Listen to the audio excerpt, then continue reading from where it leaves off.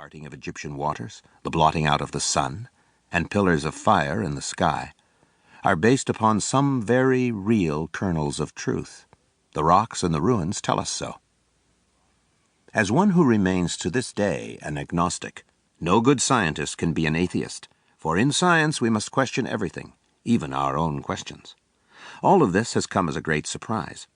According to the late Alex Haley, who demonstrated most dramatically the fidelity of oral history, I was a blind fool to have been so surprised, for reasons that will become clear in the chapters ahead.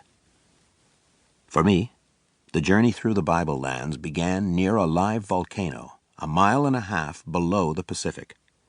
In a very real sense, this book is mostly deep ocean explorer Robert Ballard's fault.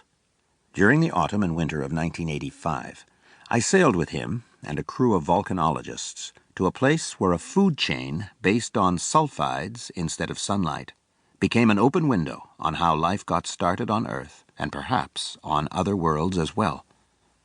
I was in those days a paleontologist, someone used to dealing with objects millions of years old, who happened to spend most of his time working in space research.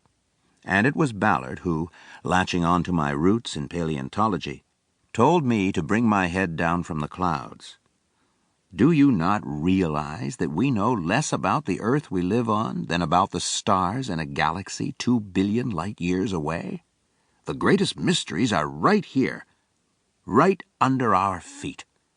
And there I was, the closest thing to an archaeologist aboard, after one of our robots discovered the Titanic. Usually, on a research vessel, one can find little to do during the off hours except read medical journals in the ship's library. But there, aboard the RV Melville, were miles and miles of videotape and negatives with which it was possible to track the White Star liner's debris field backward in time and reconstruct her last 3 minutes. And thus did the Titanic become my baptism in archaeology. Seeing how much I reveled in it, Ballard and the volcanologists said, "If you think the Titanic is fascinating, wait till you see what they're digging up in the Aegean. You're going to love that." If there was any lost world that could outclass the Titanic, it was the Isle of Thera and the origin of the Atlantis legend. That's where Ballard sent me, to a buried Minoan city, which, according to Plato and the archaeologists, had been swallowed by a mountain, and whose homes, perfectly preserved under a cocoon of volcanic ash, were equipped with running water and bathtubs, flush toilets and central heating, yet dated back more than 3,600 years. The rocks told us that a mountain had exploded with all the force of an entire nest of hydrogen bombs. But even trying to assign a date to the catastrophe became a portent of things to come, for it became immediately apparent that the Isle of Thera did not exist in a vacuum and did not lend itself to tunnel vision.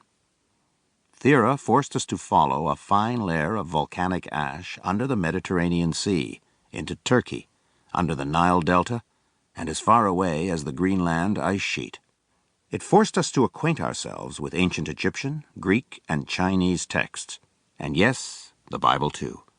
It forced us to explore Irish peat bogs and learn everything we could about the trees entombed there, for their rings were as fingerprints running backward through time.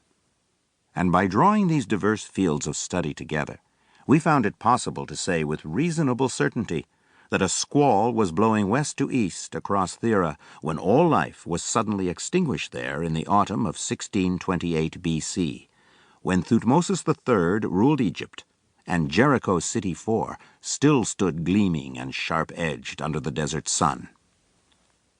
And when all was said and done, all was far from said and done.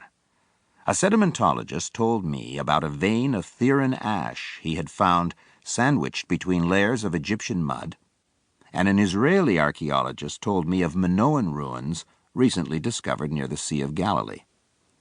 I came to see the buried city of Thera in a rather larger dimension than the one I had begun with, which pointed more and more beyond the strict boundaries of archaeology.